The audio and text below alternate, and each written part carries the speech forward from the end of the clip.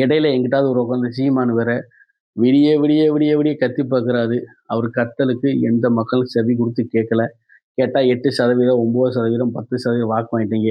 எத்தனை சதவீதம் வாங்கினாலும் ஒரு எம்எல்ஏ வாங்க முடிஞ்சுச்சா? ஒரு எம்எல்ஏ ஆக முடிஞ்சா? ஆகல. நீங்க சட்டமன்றத்துக்கு நுழையறதுக்கு என்ன வாய்ப்பு? சட்டமன்ற தேர்தல்ல நீங்க எப்படி உள்ள போறீங்க? வாக்குறுதியில மனம் போல குடுத்துருக்கீங்க. குடுத்த வாக்குறுதிய நம்பி உங்களுக்கு வரக்கூடிய சட்டமன்றத்தில நீங்க எம்எல்ஏவாகி உள்ள போணுமா? இல்லை என்றால் ஓட் சதவீதம் கூடணுமா? என்ன பிளான்? இல்ல இதெல்லாம் வச்சு வரக்கூடிய அடுத்த தேர்தல்ல கூட்டணி கணக்கு போடுறீங்களா?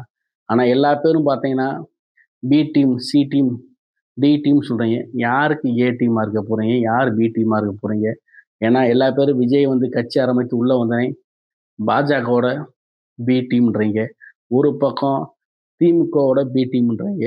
ஆனா விஜய், நான் எதுக்கும் பி டீம், நான் தான் ஏ டீம். நீங்க தான் சி டீம்னு சொல்லி பிரச்சனை வராது. இந்த ஏ, பி, சிலயே நமக்கு பலவேறு குழப்பங்கள் வருது.